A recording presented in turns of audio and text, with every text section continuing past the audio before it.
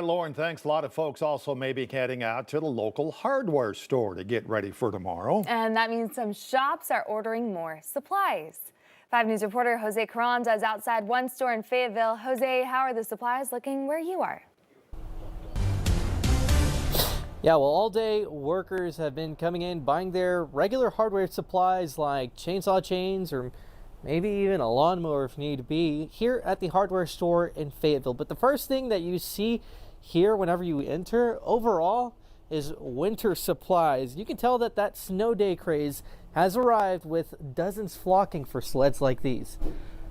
Chainsaws to lawnmowers, stores like the hardware store supply our area with tools for work. There's kind of like the blue-collar workers, people that work outside. But with winter weather approaching, customers are looking for items to warm the home. Just in case there is a power failure and you do need to rely on other heat than what your electrical heat has. Employees say now's the time to prepare before the weather makes it too hard to drive. Beat the weather, and if you don't have to go out, don't. It's you know what I mean, it's not worth the risk. In stock, ice melt, snow shovels, or heaters. But be quick because their sled stock always goes fast.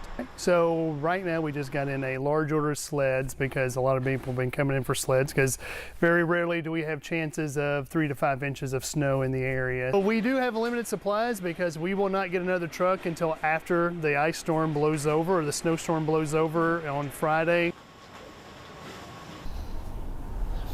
Well, I'm taking home one of these with me for my daughter, but there is still plenty of supplies here at the hardware store in Fayetteville. I think that's good because a lot of people that have been stopping by tell me that a lot of stores are already out of stock.